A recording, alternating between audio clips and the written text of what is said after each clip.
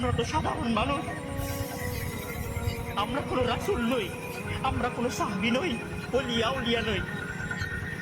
রাসূল সাল্লাল্লাহু আলাইহি ওয়াসাল্লাম বলছেন, ইন্না লিল মাউতি লাসাকারাত, ইন্না লিল মাউতি লাসাকারাত, ফামা ফামা জাফা আলাইয়া ইয়া আইয়ুহাল ইখওয়ান। আমাদের কি হয়েছে আমরা মৃত্যুকে ভয় পাই না? আমাদের কি হয়েছে আমরা মনে করি না যে আমরা মারা যাব? পৃথিবীর সর্বশ্রেষ্ঠ মানুষ, সর্বশ্রেষ্ঠ রাসূল দুনিয়া থেকে বিদায় নিলেন, তার সাহাবীদেরকে ছেড়ে তিনি দুনিয়া থেকে চলে গেলেন, উপরের জগতে পাড়ি জমালেন। আমাদের কি হয়েছে যে আমরা বিশ্বাস করতে চাই না, আমরা প্রস্তুতি গ্রহণ করি না মৃত্যুর জন্য? আমি আপনি কি মনে করি যে আমরা চিরদিন বেঁচে থাকবো? আমি আপনি কি মনে করি যে আমার গ্যারান্টি রয়েছে আমি সালাত আদায় করে আমার রুমে ফিরে যাব? বিশ্বাস করুন হে আমার ছাত্র ভাইয়েরা, অবশ্যই আমাকে আপনাকে একদিন মৃত্যুবরণ করতে হবে, আমাকে আপনাকে একদিন এই দুনিয়া ছেড়ে চলে যেতে হবে।